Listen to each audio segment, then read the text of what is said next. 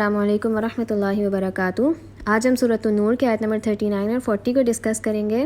Last ہم نے اللہ تعالیٰ کے نور کی مثال پڑھی تھی۔ اب یہاں پر اللہ تعالیٰ جو ہے دو مثالیں دے کر کفر اور اندھیرے کی مثال سے سمجھا رہے ہیں۔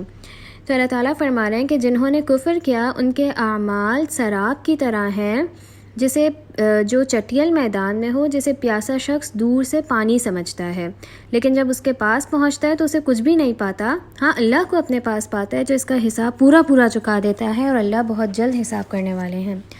اب یہاں پر آپ دیکھیے، سب سے پہلے تو ورڈ آ رہا ہے کفرو۔ تو جب ہم کفر یا کافر کا لفظ ہم سنتے ہیں تو ہم اپنے آپ کو اس لسٹ سے ہٹا دیتے ہیں کہ یہ تو ہمارے لیے یہ والی آیات آئی ہی نہیں۔ تو ہم یہاں پر کفر کا مطلب سب سے پہلے سمجھتے ہیں۔ کفر کا مطلب ہوتا ہے چھپانا۔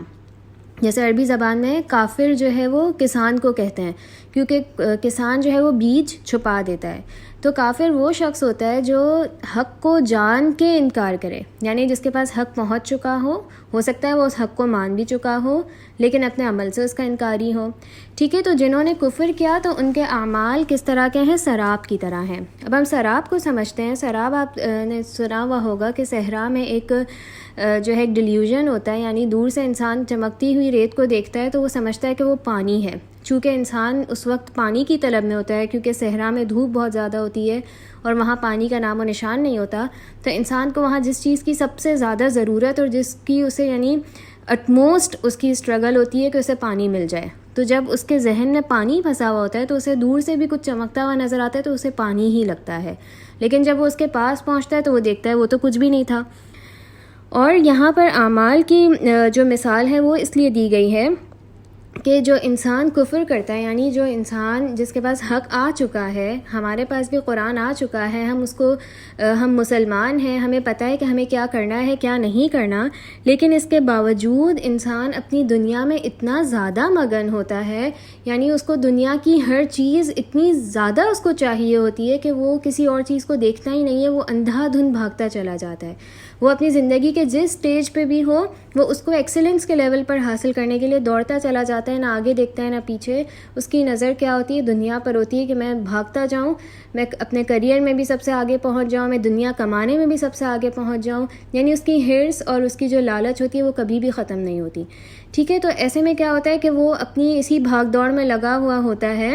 ہر سٹیج پہ یہ ہر کسی کے ساتھ الگ ہوتا ہے نا، یعنی عورتوں کے ساتھ الگ ہوتا ہے، یعنی ان کو ہوتا ہے کہ وہ اپنے گھروں میں، اپنے کپڑوں میں، اپنے بچوں کی تعلیم میں، اپنی ان چیزوں میں ایکسلنس کے لیول پر جائیں۔ مردوں میں دوسری دوڑ ہوتی ہے، ٹھیک ہے، بچوں میں الگ دوڑ ہوتی ہے۔ تو ہر کسی کی جو دوڑ ہوتی ہے وہ ڈیفرنٹ ہوتی ہے، اور یہ اس دوڑ میں ہمیں جانا منع بھی نہیں ہے۔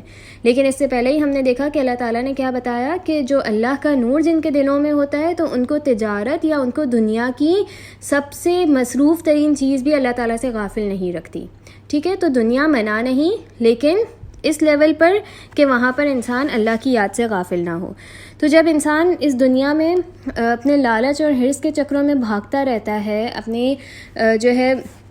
اپنی دنیا کو ہی بڑھاتا رہتا ہے، اپنے اختیارات کا غلط استعمال کرتا ہے، تو پھر کیا ہوتا ہے کہ آخر میں ایک وقت آتا ہے کہ انسان تھک جاتا ہے، یعنی اس کی موت آ جاتی ہے۔ ٹھیک ہے، تو یا تو وہ کہ اس کا کوئی ریوارڈ نہیں ملتا، یا تو اسے دنیا میں ہی مکافات عمل کا سامنا کرنا پڑ جاتا ہے، یا پھر یہ کہ جب وہ مر جاتا ہے تو وہ آخرت میں جا کے دیکھے گا تو اس کے پاس تو کچھ بھی نہیں، یعنی اس نے اپنی پوری زندگی کمایا کہ میرے اولاد کو اچھی زندگی ملے، تو اولاد تو اس کے بعد اس کے پیسوں پر عیش کرے گی، لیکن اس نے اپنے لیے کیا کمایا؟ اس نے اپنے آپ کا سب کچھ گنوا دیا۔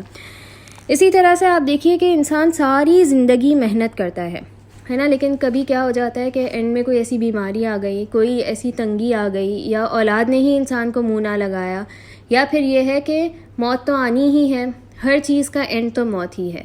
ٹھیک ہے، تو جو یہ سراب کی زندگی ہے وہ یہی ہے کہ انسان اپنی ساری زندگی اس میں لگا دے، لیکن جب وہاں پر جا کر پہنچے تو پتہ چلا یہ تو سراب تھا، یہ تو صرف ایک ہماری نظروں کا دھوکہ تھا، اور یہ تو کچھ بھی نہیں ہے۔ اسی طرح سے وہ نمائشی اعمال جو انسان دوسروں کو دکھانے کے لیے کرتا ہے، یعنی ریاکاری کے جس میں اللہ کی یاد کم اور اس میں لوگوں کا دکھاوا زیادہ ہوتا ہے، یا وہ اعمال جو انسان جو ہے صرف اور صرف اپنے لیے کرتا ہے نا، اس میں کوئی دوسروں کی خیرخواہی مقصود نہیں ہوتی، تو وہ بھی سارے کے سارے ضائع چلے جائیں گے۔ پھر آگے دوسری مثال کیا دی گئی ہے کہ جنہوں نے کفر کیا ان کے اعمال کی دوسری مثال کس طرح سے ہے یا مانند اندھیروں کے ہے جو نہایت گہرے سمندر کی تہ میں ہوں، جسے اوپر تلے کی موجوں نے ڈھانپ رکھا ہو، پھر اوپر سے بادل چھائے ہوئے ہوں. ٹھیک ہے، کس طرح کے اندھیرے ہیں؟ سمندر کی بہت گہرائی میں اوپر تلے موجیں ہیں، پھر اس سے اوپر بادل ہیں، یعنی اندھیرے ہی اندھیرے ہیں. اتنا اندھیرا ہے کہ جب وہ اپنا ہاتھ بھی نکالے تو اپنے ہاتھ کو بھی نہ دیکھ سکے، اور جس کے لیے اللہ کوئی نور نہ بنائے اس کے لیے کوئی نور نہیں ہے. ٹھیک ہے، تو اب یہاں پر کون سے اندھیرے ہیں؟ جہالت کا اندھیرا، کہ انسان جان بوجھ کر نہ جانے. گناہوں کا اندھیرا، ٹھیک ہے، جب انسان اپنے علم کو نہیں بڑھاتا، وہ اگنورنٹ ہی رہنا چاہتا ہے، وہ جان بوجھ کر نظر انداز کرتا ہے، تو پھر گناہ بڑھتے جاتے ہیں. جب گناہ بڑھتے ہیں تو انسان کے اندر مایوسی بڑھتی چلی جاتی ہے. اسی طرح سے دنیا کی محبت کا اندھیرا، لالچ، ہرس، ایک دوسرے سے آگے نکلنے کا، یہ ساری کی ساری چیزیں ظلمات ہیں جو انسان کو مزید گہری تاریکیوں میں دھکیل دیتے ہیں. آپ دیکھیں تو سمندر کے اندر جو گہرائی ہوتی ہے، بہت جو ڈیپ سی ہوتا ہے، وہاں پر سورج کی روشنی بھی اندر نہیں پہنچ پاتی. اور یہ تو مزید اللہ تعالیٰ یہاں پر گہرائیوں اور جو ہے اندھیروں کا تذکرہ کر رہے ہیں کہ سمندر کے اوپر مزید بادل چھائے ہوئے، پھر تو سورج کی روشنی کا کوئی سوال ہی پیدا نہیں ہوتا. تو یہ چیزیں جو انسان کو، یہ اندھیرے انسان کو برباد کر دیتے ہیں. اور آپ دیکھیں انسان یہ سوچتا ہے کہ میں علم حاصل نہ کروں، کیونکہ مجھے اگر علم حاصل کر لوں گا تو مجھے عمل کرنا پڑے گا، ہے نا. یہ سوچ بہت کامن ہے ہماری. تو یہ بات ہم اللہ تعالیٰ کو ایکسکیوز کے طور پر نہیں پیش کر سکیں گے، کیونکہ آج کل کے زمانے میں تو ہمارے پاس علم حاصل کرنا اتنا آسان ہے کہ ہم اللہ تعالیٰ کو بول ہی نہیں سکتے کہ اللہ تعالیٰ میرے پاس تو علم حاصل کرنے کے ذرائع نہیں تھے. ٹھیک ہے، تو انسان جو ہے وہ علم حاصل کرے اور اس کے مطابق عمل کرے، کیونکہ جب وہ علم حاصل نہیں کرے گا تو اسے پتہ ہی نہیں چلے گا کہ اسے کرنا کیا ہے. تو یہ جو نور اللہ تعالیٰ نے ہمارے لیے دیا ہے، تو جب تک ہم اس کو اپنی زندگیوں میں شامل نہیں کریں گے تو ہماری زندگیاں اس کے مطابق ہوں گی ہی نہیں. اور جسے اللہ تعالیٰ نے یہاں پہ دیکھے کہہ دیا کہ جس کے لیے اللہ نے کوئی نور نہیں بنایا تو اس کے لیے کوئی روشنی نہیں. اور یہ نہایت ہی سخت وارننگ ہے، کیونکہ اللہ تعالیٰ نے ہمیں نور دے دیا ہے، لیکن اب ہمارا کام ہے کہ ہم اس کو پڑھیں، اس کے مطابق اپنی زندگیوں کو ڈھالیں. اور ہمارے پاس کوئی حجت نہیں ہوگی قیامت کے دن کہ ہم اللہ تعالیٰ کو کہہ سکیں کہ اللہ تعالیٰ میرے پاس تو کوئی ذرائع نہیں تھے، اللہ تعالیٰ میں تو علم حاصل ہی نہیں کر سکتی تھی، اور کچھ نہیں. تو ہم قرآن کو کھول کر اس کا ترجمہ ہم خالی پڑھنا شروع کریں تو یہ قرآن اتنا روشن ہے، یہ اتنا کلیئر ہے کہ اس کے لیے ہمیں بہت زیادہ کچھ آیتیں ایسی ہیں جن کو سمجھنے کے لیے ہمیں اہل علم کی طرف رجوع کرنا پڑتا ہے، لیکن کچھ آیتیں تو اس کے اندر اتنی کلیئر ہیں کہ جس کو سمجھنے کے لیے ہمیں کسی چیز کی ضرورت نہیں.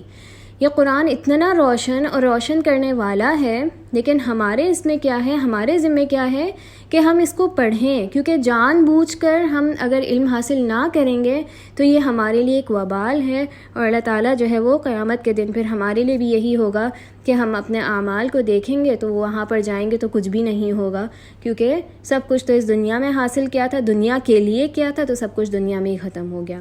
تو اللہ تعالیٰ ہم سب کو عمل کرنے والا بنائے. والسلام علیکم ورحمۃ اللہ وبرکاتہ.